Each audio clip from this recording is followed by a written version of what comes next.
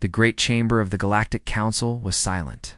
12,000 representatives from across the known galaxy sat in their assigned seats, waiting for the final vote. The chamber itself was enormous, built inside a space station that floated at the exact center of civilized space. Light from 1,000 different stars filtered through the transparent walls, creating patterns on the floor that shifted and changed with each passing hour. High Arbiter Vexthon stood at the central platform. He was old, even by the standards of his species, and he had served on the council for nearly 400 years. In all that time, he had never seen the chamber so tense. He raised his four-jointed arm, and the last whispers died away. "The motion before us today concerns the species known as humans," he announced. His natural voice was a series of clicks and whistles, but the translation device around his neck converted his words into standard galactic speech. After 3 cycles of debate, the Council will now vote on Resolution 7742, the Declaration of Containment. In the human section of the gallery, Commander Lisa Grant watched the proceedings with a heavy heart. She was 43 years old, with short brown hair and tired eyes. For 3 years, she had served as the senior human diplomat to the Galactic Council. For 3 years, she had tried to convince the elder races that humanity was not a threat. She had failed her first officer. Kevin Parks stood beside her. He was younger than Lisa by almost a decade, with a calm face that rarely showed emotion. But even he could not hide his worry as the voting began. "How bad is it going to be?" he asked quietly. Lisa did not answer. She already knew the result. The votes had been counted behind closed doors long before this public session. This was just ceremony, a formal announcement of what had already been decided. One by one, the major powers cast their votes. The Methane Collective voted yes. The Silicon Mines voted yes. The Hegemony, the largest military power in the galaxy, voted yes with enthusiasm. The Crystalline Federation abstained, which was as close to support as humanity could hope for. When the counting was finished, High Arbiter Vexthon spoke again. "The motion carries by a margin of 7,412 to 4,193, with 607 abstentions. Resolution 7742 is hereby adopted." A wave of sound passed through the chamber.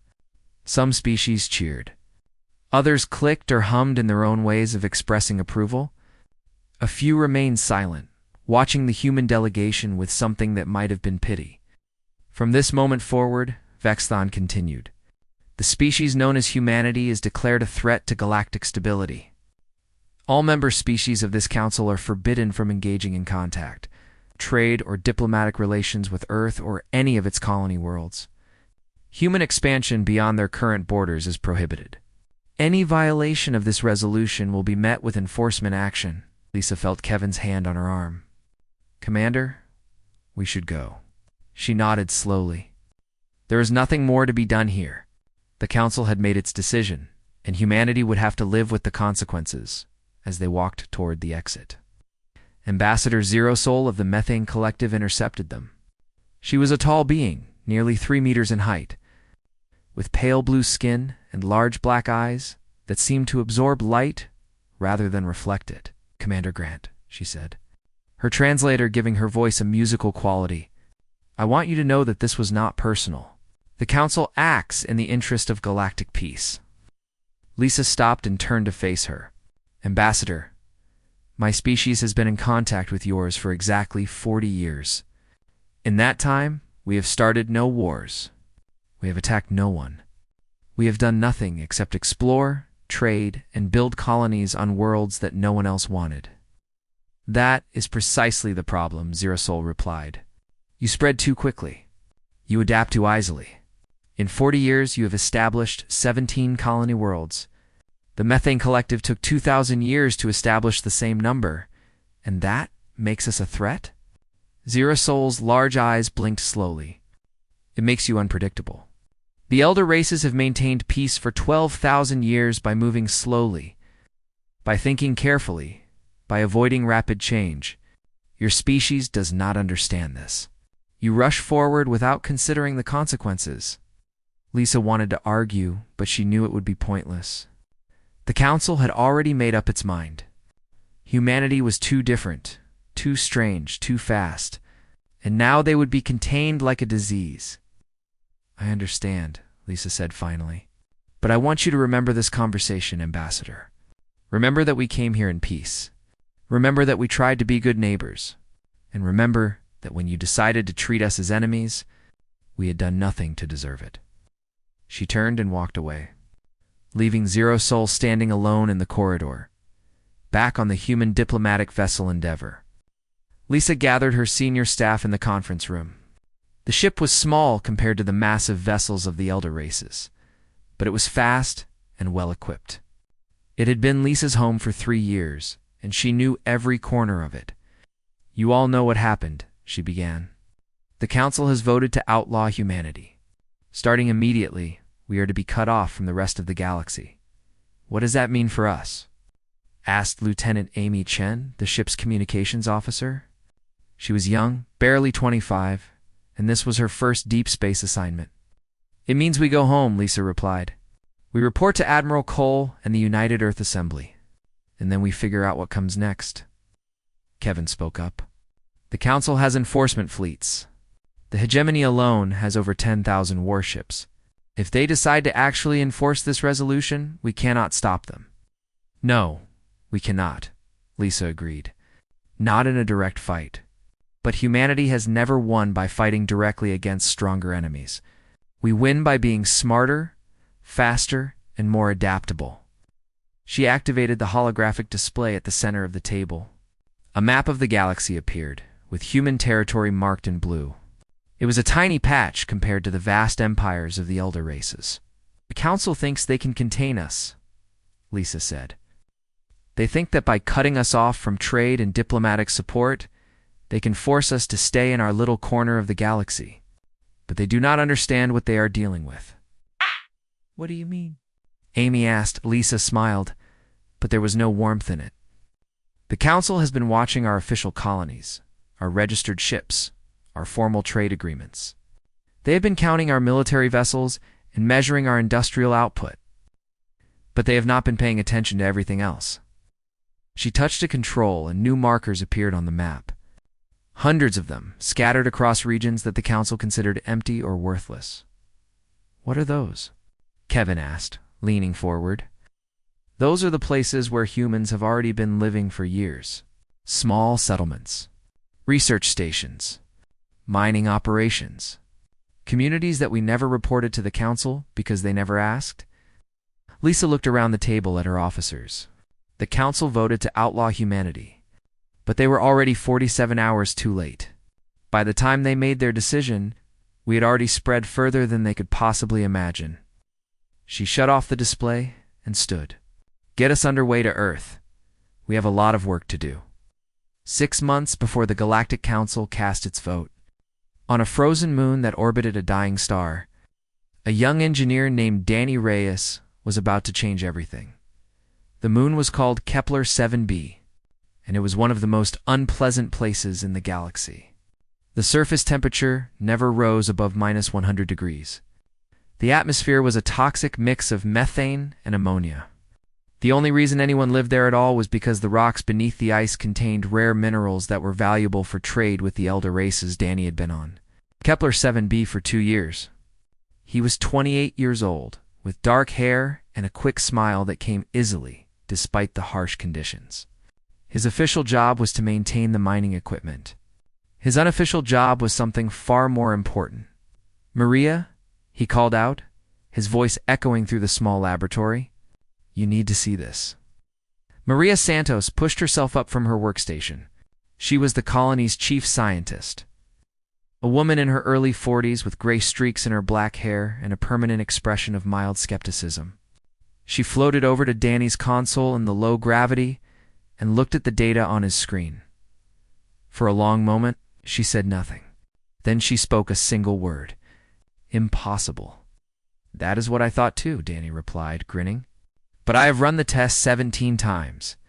The results are the same every time. What Danny had created was a new way to generate energy. The device was small, no bigger than a shoebox, but it produced more power than the colony's entire main reactor. And it did so without fuel, without waste, without any of the materials that the elder races controlled. If this works on a larger scale, Maria said slowly, it changes everything. I know. The elder races had maintained their power over younger species for thousands of years through control of resources, the crystals needed for faster-than-light travel, the elements required for advanced computing, the fuel sources that powered entire civilizations. Without access to these resources, no species could challenge the established order. But Danny's device did not need any of those things. It drew energy directly from the fabric of space itself, from the tiny fluctuations that existed at the quantum level. It was free. It was unlimited. And most importantly, it was something that humanity had developed on its own. We need to be careful with this, Maria warned. If the Council finds out what we have done, they will come for us. The Council is already coming for us, Danny pointed out. Everyone knows the vote is going to happen. It is only a matter of time before they try to contain humanity completely. At least this gives us a chance to survive on our own. Maria nodded slowly. She understood the logic even if it frightened her. What do you want to do? I want to share this with everyone. Every human colony, every research station, every ship. I want to make sure that even if Earth falls, even if the Council destroys everything we have built officially, this technology will survive. And so they began. Using communication channels that the Galactic Council did not know existed, Denny and Maria sent the specifications for the new energy device to scientists across human space. Within weeks, engineers on dozens of worlds were building their own versions. Within months, the technology had spread to hundreds of locations. Meanwhile, on Earth, a different kind of preparation was taking place. Admiral Sophie Cole stood before a classified session of the United Earth Assembly. She was 62 years old, with silver hair cut short and a face that showed the weight of decades of service. Behind her, holographic displays showed the current state of human territory and the military forces arrayed against them. The situation is simple, she said, her voice calm and clear. The Galactic Council is going to vote to outlaw us. Our intelligence assets have confirmed this beyond any doubt. The question we must answer today is what we are going to do about it. A senator from the European Federation raised his hand. Admiral, what options do we have? The Council's combined military forces outnumber ours by a factor of at least 100 to 1. That is correct, Senator. In a direct military confrontation, we would lose. Quickly and decisively. Sophie touched a control, and the display changed. Which is why we are not going to fight directly. The new image showed a complex network of connections spanning dozens of star systems. Each node represented a human settlement, but these were not the official colonies that appeared in Council records. For the past decade, we have been quietly establishing communities throughout the galaxy, Sophie explained. Small groups of civilians, families, professionals, people with the skills needed to build and survive on their own. We call it Project Dandelion. Like the flower, another senator observed, when you blow on it, the seeds scatter everywhere. Exactly. The Council thinks of humanity as a single tree that they can cut down. But we are not a tree. We are dandelion seeds already carried by the wind to every corner of the galaxy.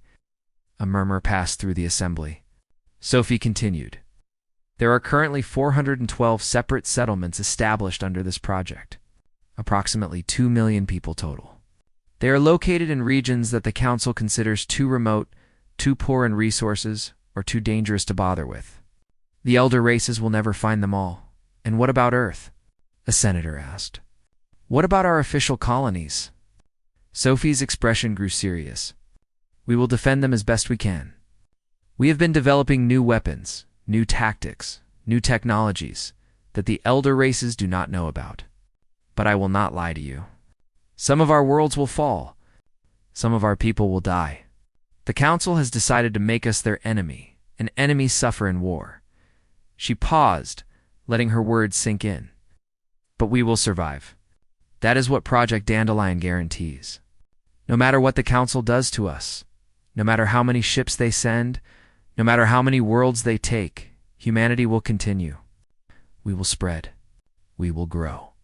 And someday, we will show this galaxy what a Terrible mistake they made when they decided to fear us instead of welcoming us as friends. The assembly voted that night to fully fund Project Dandelion and to begin preparing all human worlds for the coming storm. They knew that dark days were ahead, but they also knew that darkness never lasted forever.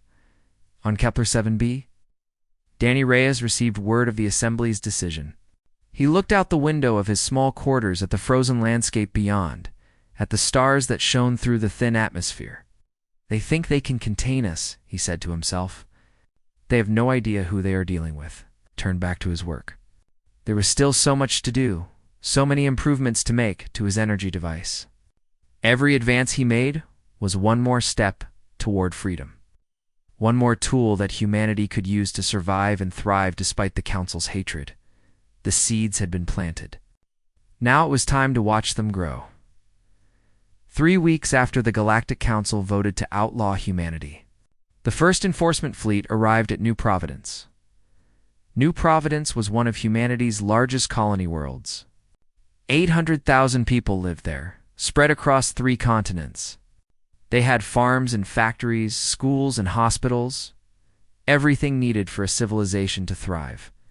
The colonists had built their world from nothing over the course of 20 years, turning a barren rock into a place they were proud to call home. Now a fleet of alien warships hung in orbit above them. Blocking out the stars, Captain Nathan Torres stood on the bridge of the colony's defense station and watched the enemy vessels take position. He was 35 years old, with a soldier's build and a soldier's calm. He had known this day would come eventually. Every officer in the human military had known. They had prepared as best they could, but preparation and reality were 2 different things. They outnumber us 40-1, his tactical officer reported. Their weapons are more powerful than ours. Their shields are stronger. In a direct engagement, we would not last an hour. Lieutenant Nathan replied quietly. He did not take his eyes off the main display where the alien fleet was spreading into an attack formation. What about our ground defenses?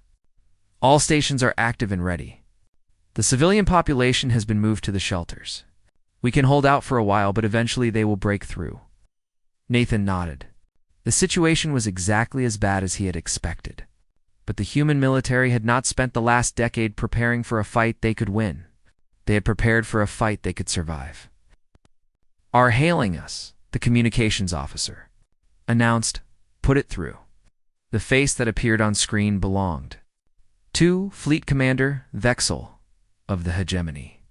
He was reptilian in appearance, with green scales and yellow eyes that seemed to glow with inner light. His species was one of the oldest in the galaxy, and they had been conquering younger races for longer than humanity had existed. Human Commander Vexel said, his translated voice cold and formal. "By order of the Galactic Council, this colony is to be evacuated. You have 72 hours to remove all human presence from this world. Failure to comply will result in enforcement action." This is not a negotiation. Transmission ended before Nathan could respond. He stood in silence for a moment, then turned to his bridge crew. "You all heard him. 72 hours. He took a deep breath. "Which means we have 72 hours to show them why that was a mistake. Activate Protocol Sunrise." Across New Providence, hidden systems began to come online. Defense platforms that had been disguised as weather satellites revealed their true nature. Ground-based installations that looked like mining equipment transformed into weapons emplacements.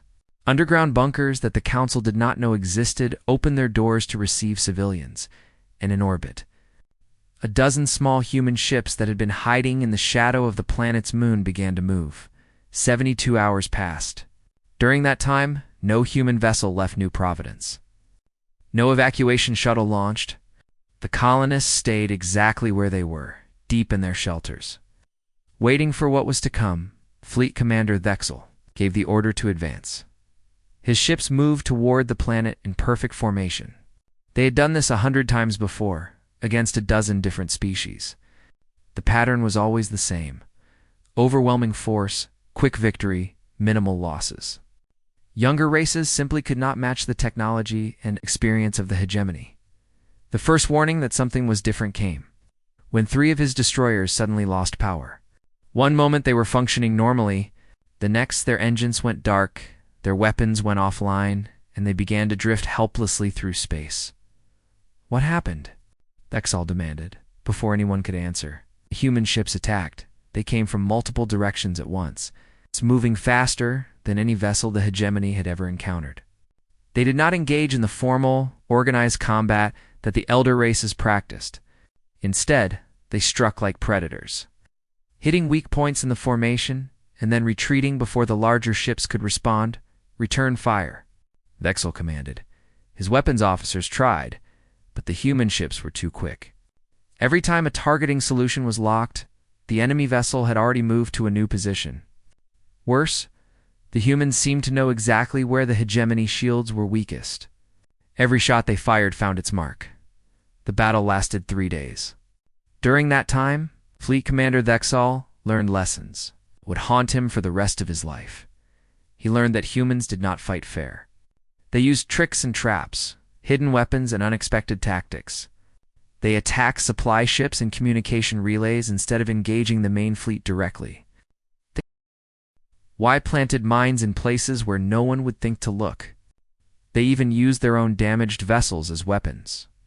Aiming them at enemy ships and detonating their reactors at the last moment, he learned that humans did not give up. Even when they were outnumbered and outgunned, they kept fighting. When one ship was destroyed, another took its place. When a weapons system was damaged, the crew found a way to repair it or replaced it with something improvised. They fought with a desperation that the hegemony had never encountered before, and he learned that humans were willing to die for their homes. Not because they were ordered to, but because they chose to. Every pilot, every soldier, every civilian who picked up a weapon did so knowing that they might not survive. They fought anyway. When the battle finally ended, Thexol ordered his fleet to withdraw. He had lost nearly a third of his vessels. The humans had lost more, but New Providence remained in human hands. The colonists emerged from their shelters to find their sky clear of enemy ships. Captain Nathan Torres stood among the wreckage of his defense station and looked up at the stars. His uniform was torn and his face was marked with cuts and burns, but he was smiling. "They will be back," his lieutenant said, standing beside him. "They will bring more ships next time." "Probably," Nathan agreed. "But we showed them something today. We showed them that we are not just going to accept their verdict and disappear. We are going to fight for every world, every colony, every single person. And even if we lose in the end, we are going to make them pay a price they never expected." News of the battle spread across the galaxy faster than any ship could travel.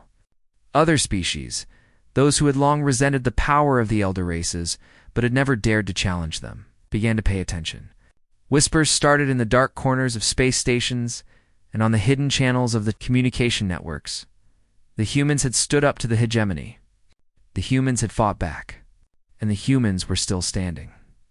For the first time in thousands of years, the established order of the galaxy began to shake, Ambassador. Xerasol of the Methane Collective had been one of the loudest voices calling for action against humanity. She had argued in council sessions that the humans were too dangerous to be allowed to spread freely. She had voted yes on the resolution that outlawed them. She had believed, truly believed, that she was doing the right thing now, 6 months after that vote. She was beginning to wonder if she had made a terrible mistake. The data on her screen was impossible to ignore. Human settlements were appearing faster than anyone could track them. New communities were being discovered almost daily in regions that the Council had considered empty or worthless. Worse still, these settlements were not struggling to survive. They were thriving. How were they doing this? She asked her aide, a young male of her species, who had been assigned to monitor human activity. "They have been cut off from all trade. They have no access to Council resources. They should be starving by now." "They are not starving," the aide replied carefully. "They have developed new technology. Energy systems that do not require our crystals. Manufacturing processes that do not need our materials. They are becoming self-sufficient." Xerasol felt a chill that had nothing to do with the temperature of her office. The elder races had maintained their power for 12,000 years through control of essential resources. If the humans had found a way around that control, the implications were enormous. There is something else, the aide continued. The humans are not keeping this technology to themselves. They are sharing it. We have confirmed reports of human engineers providing assistance to communities of other species. Mining stations, agricultural colonies, even some worlds within Council territory. That is against the law.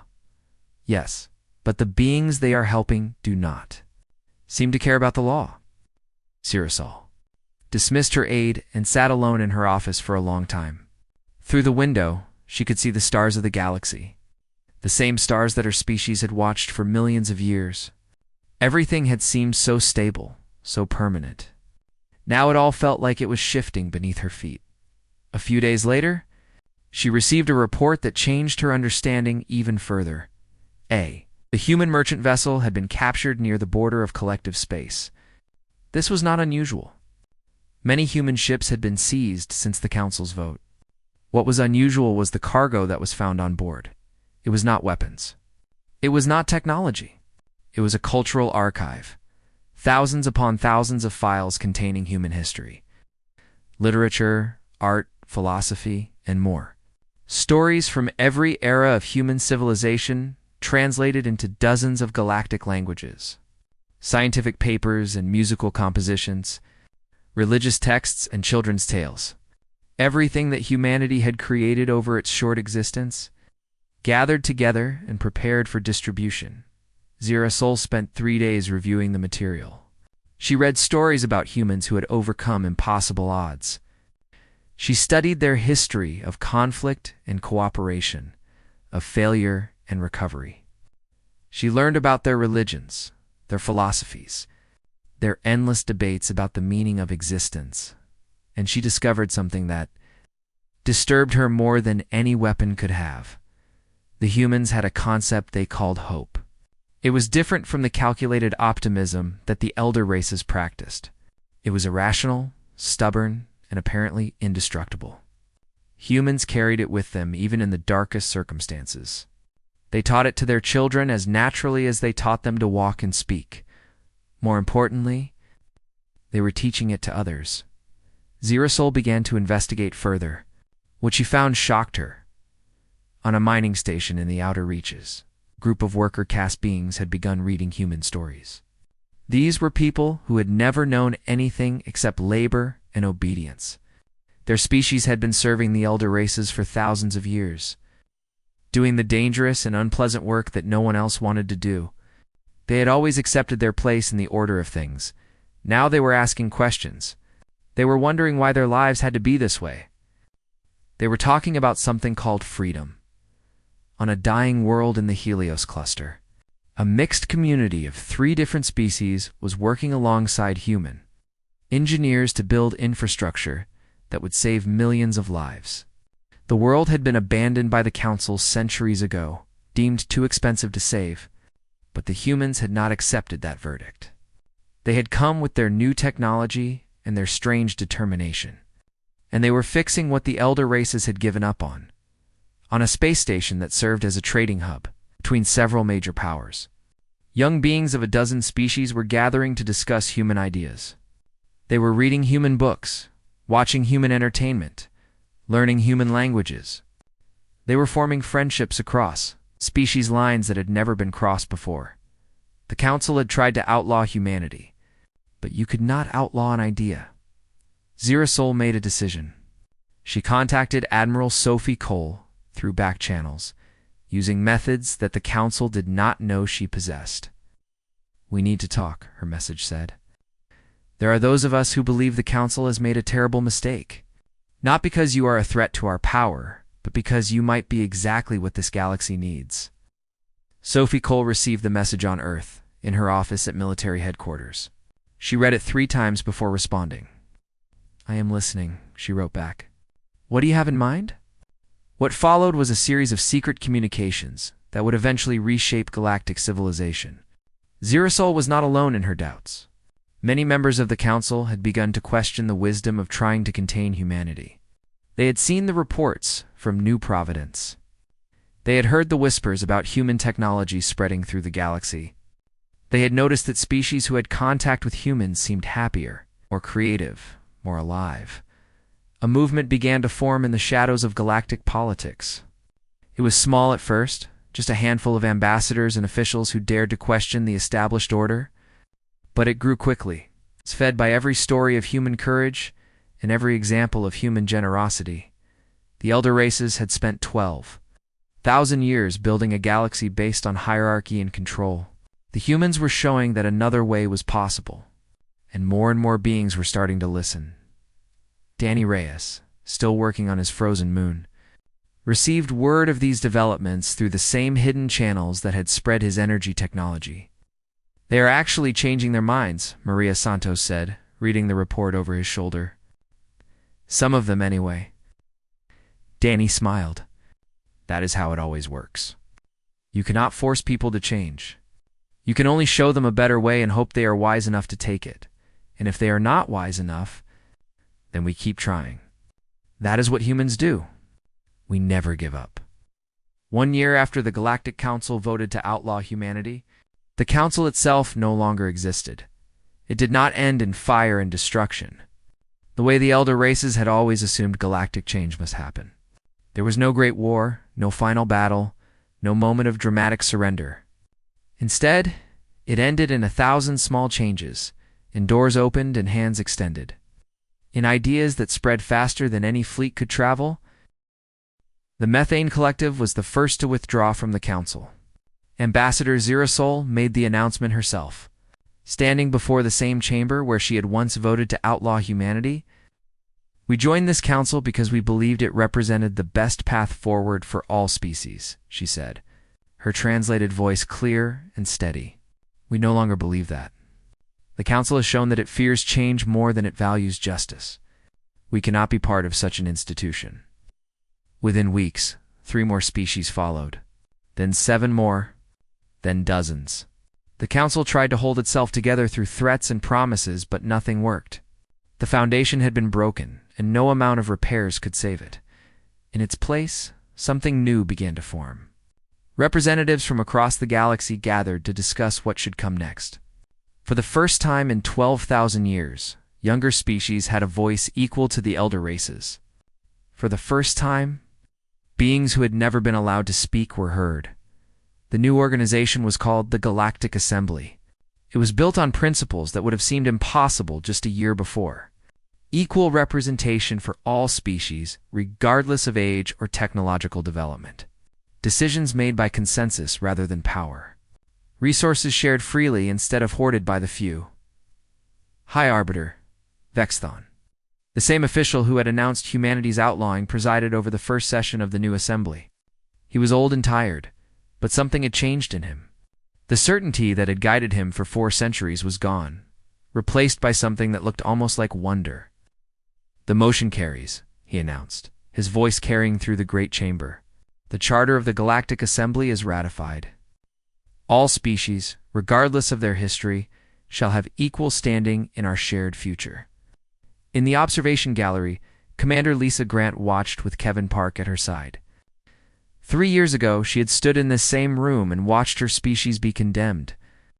Now she was watching the birth of something entirely new. "We did this," Kevin said quietly. "I still cannot quite believe it." Lisa shook her head. "We did not do this. We just showed them another way. They made their own choice." That was the truth that the elder races were only beginning to understand. Humanity had not conquered anyone. They had not forced a single species to change. All they had done was offer an alternative. A vision of what the galaxy could be if beings chose cooperation over domination. Hope over fear. Admiral Sophie Cole gave the closing address of the Assembly's first session. She stood at the central platform where so many important announcements had been made over the millennia, and she looked out at the thousands of representatives who had gathered to build a new future. "We came to the stars not as conquerors, but as neighbors," she said, her voice calm and clear. "We spread across the galaxy not because we wanted to dominate, but because it is simply what we do. We grow, we explore, we connect." The Council tried to contain us because they feared what we might become. They should have wondered instead what we might help them become. She paused, letting her words settle over the assembly. This is not the end of our story. It is not even the beginning. It is simply the moment when everyone else realized they were part of it too. The challenges ahead are enormous. There are still those who fear change, who long for the old ways. There will be setbacks and failures. But we have proven that progress is possible. We have shown that a galaxy built on cooperation is stronger than one built on control. Sophie stepped back from the platform, and the chamber erupted in sounds of approval from 100 different species. Some cheered. Some clicked or hummed or flashed colors that humans could not see. But all of them were celebrating the same thing: the birth of a new era. Outside the station, in the vast darkness between the stars, human ships traveled alongside alien vessels. On worlds throughout the galaxy, beings of different species worked together to build homes and grow food and raise families. Children who would have been enemies under the old system played together as friends. On Kepler 7b, Danny Reyes watched the news feeds with Maria Santos at his side. His energy technology had spread to every corner of the galaxy now. Beings who had once depended on the elder races for their survival were now free to chart their own course. Danny said, "When I started working on that project, I thought the best case was maybe getting a better job somewhere warmer. And instead, you helped change the galaxy." "Humans," Danny replied with a shrug. "We are funny that way." Commander Lisa Grant and her first officer Kevin Park returned to the Endeavour for the journey home. As the ship pulled away from the station, Lisa looked back at the assembled fleets of dozens of species, all working together for the first time in history. "Do you think it will last?" Kevin asked. "Nothing lasts forever," Lisa replied. "But that is okay. What matters is that we try. What matters is that we keep reaching for something better, even when it seems impossible. That is what humanity has always done. It is what we taught the rest of the galaxy to do." The Endeavour jumped too faster than light speed, leaving the station behind. But the changes they had helped create would continue long after they were gone, in the end. The Galactic Council had been right about one thing. Humanity was a threat to the existing order. But the order they threatened was one of stagnation and fear. What they brought instead was chaos, yes, but also creativity. Disruption, but also hope. Change, but also growth. The Council had voted to outlaw humanity. By the time they made that decision, it was already too late. Not because humanity was too powerful to stop, but because the idea of humanity, the stubborn and irrational belief that tomorrow could be better than today, had already taken root in hearts across the galaxy, and that was something no vote could ever contain. The stars shone on, as they always had. But now they shone on a galaxy that was finally learning to hope.